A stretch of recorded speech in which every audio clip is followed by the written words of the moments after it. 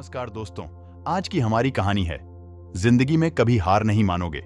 इससे पहले आप कहानी में खो जाएं, वीडियो को लाइक करें और नए हो तो चैनल को सब्सक्राइब करें। बुद्ध का एक शिष्य बुद्ध के संदिग्ध में कई वर्षों से था। वो एक दिन महात्मा बुद्ध के पास आया और बुद्ध से कहा, हे बुद्ध, मुझे आपके पास है 6 साल हो गए। मेरे बाद कितने शिष्य आए, उन्हें आपने इस बीच किसी एक दिशा में ज्ञान देने के लिए भेजा, लेकिन मुझे अभी तक नहीं भेजा। क्या मुझे अभी तक बुद्धत्व प्राप्त नहीं हुआ?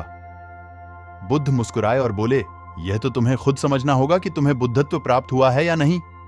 शिष्य बोला, हे बुद्ध, आपने मुझे इन 6 सालों में जो भी उपदेश दिया, मुझे वो सब याद है। आपकी बताई एक एक बात मुझे याद है। आप मुझसे भी पूछ सकते हैं, मैं आपको हर उत्तर देने के लिए सक्षम हूं। आप मुझे एक मौका तो दे ताकि मैं किसी भी दिशा में जाकर लोगों को आपके ज्ञान के बारे में भी बता सकूं। बुद्ध ने कहा, ज्ञान की बातों को याद रखने से कुछ नहीं होता जब तक आप उसे अपने आचरण में ना लाओ। जब तक आप किसी भी चीज को अपने आचरण में नहीं लाओगे, तब तक आप दूसरों को नहीं कह सकते कि वो उसे अपने आचरण में लेकर आए। शिष्य ने कहा, जो भी हो, कृपया आप मुझे एक मौका दें। आप मुझ पर भरोसा रखें। मैं सभी को अपने ज्ञान से प्रभावित कर सकता हूं। मैं लोगों को ऐसी बातें बता सकता हूं जिससे उनके जीवन में शांति आएगी और वो शांतिपूर्ण अपना जीवन जी सकेंगे। बुद्ध ने कहा, अभी तुम तैयार नहीं हो। जब तुम तैयार हो जाओगे, मैं तुम्हें खुद सही मार्ग पर जाने के लिए कहूंगा। शिष्य ने कहा, क्यों बुद्ध? आपने मुझे इन 6 वर्षों में इतना भी ज्ञान नहीं दिया जिससे मैं लोगों को प्रभावित कर सकूं। बुद्ध ने कहा, ठीक है, तुम पूर्व दिशा की तरफ जाओ। वहां तुम्हें एक गांव मिलेगा। उससे तुम भिक्षा मांग कर लाओ और वहां के लोगों को अपने ज्ञान से मदद करना। कल सुबह तुम वहां अकेले जाना और शाम को आकर मुझे बताना तुमने कैसे वहां के लोगों की मदद की। वह शिष्य ये सब सुनकर बेहद खुश हो गया और बुद्ध का आशीर्वाद लेकर चला गया। और वह रात भर ध्यान समेटता रहा और मन ही मन सोच रहा था कि मैं कल ऐसे ध्यान की छाप छोड़ूंगा कि वहां के लोगों के साथ बुद्ध भी मुझसे प्रभावित हो जाएंगे। सुबह उठकर ओ महात्मा बुद्ध को प्रणाम करने गया। उन्हें प्रणाम कर वह पूर्व की तरफ निकल गया। शाम को जब वह वापस आया तो बुद्ध ने देखा कि उस शिष्य के माथे पर चोट लगी है और खून बह रहा है। बुद्ध ने उसे पट्टी की ओर पूछा, तुम्हें यह चोट कैसे लगी? शिष्य ने कहा कि बुद्ध, वहां के लोग बेहद दुष्ट हैं। उन्हें जरा भी बुद्धि नहीं है। मैं उस गांव में भिक्षा लेने गया, पर किसी ने मुझे भिक्षा नहीं दी।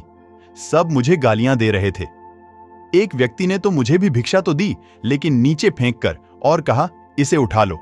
मैंने उन्हें काफी समझाया, लेकिन वह मेरी बात सुनने को तैयार ही नहीं थे। उल्टा उन्होंने मेरे साथ हाथापाई की, जिससे मुझे चोट लग गई। हे बुद्ध, आप मुझे दूसरी जगह भेजें जहां के लोगों में बुद्धि हो। इस तरह ना हो। बुद्ध उसकी बात सुनकर मुस्कुराए और बोले कि अगर तुम्हें दूसरे गांव में भी ऐसे ही लोग मिले, तब तुम क्या करोगे? शिष्य ने कहा, हे बुद्ध, ऐसे लोगों को कोई ज्ञान नहीं दे सकता। वह लोग अज्ञानी हैं, उन्हें कौन समझाए? बुद्ध ने कहा, वह लोग अज्ञानी नहीं बल्कि ज्ञानी हैं। उनके पास बहुत बुद्धि है, परंतु उनके पास खुद का ज्ञान है।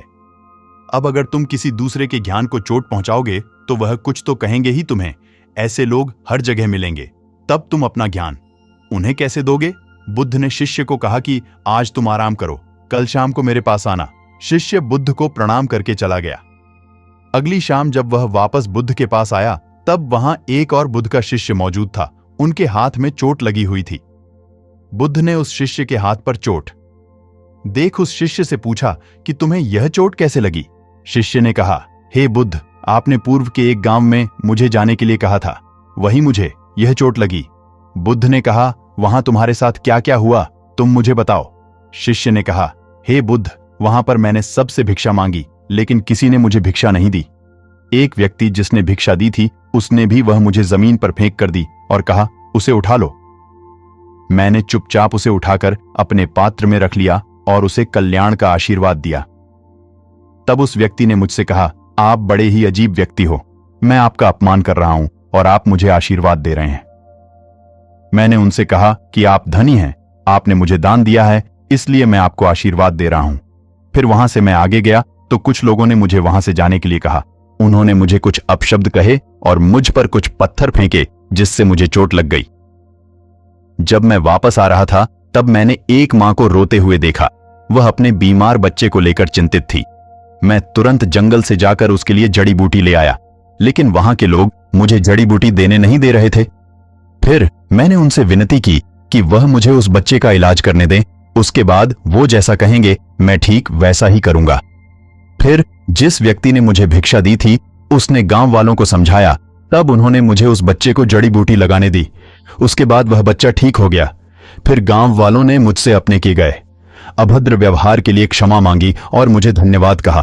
फिर मैं वहां से वापस आ गया। हे बुद्ध, आपसे एक विनती है। उस गांव के लोग बहुत भोले भाले और सीधे हैं। क्या मैं रोज उसी गांव में जाकर भिक्षा मांग सकता हूं? ये सभी बात वो पहला शिष्य भी सुन रहा था।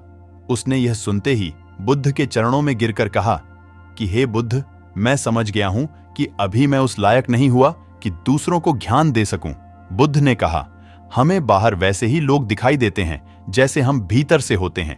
जब तक हम स्वयं को नहीं बदलते तब तक हम किसी को भी नहीं बदल सकते। खुद में परिवर्तन करना बेहद जरूरी है। कोई भी बात बताने से पहले उसे आचरण में लाना बेहद जरूरी है, क्योंकि आचरण में लाई हुई चीज को बताना समझाना बहुत आसान होता है और उसे लोग बेहद आसानी से अच्छे से समझ पाते हैं।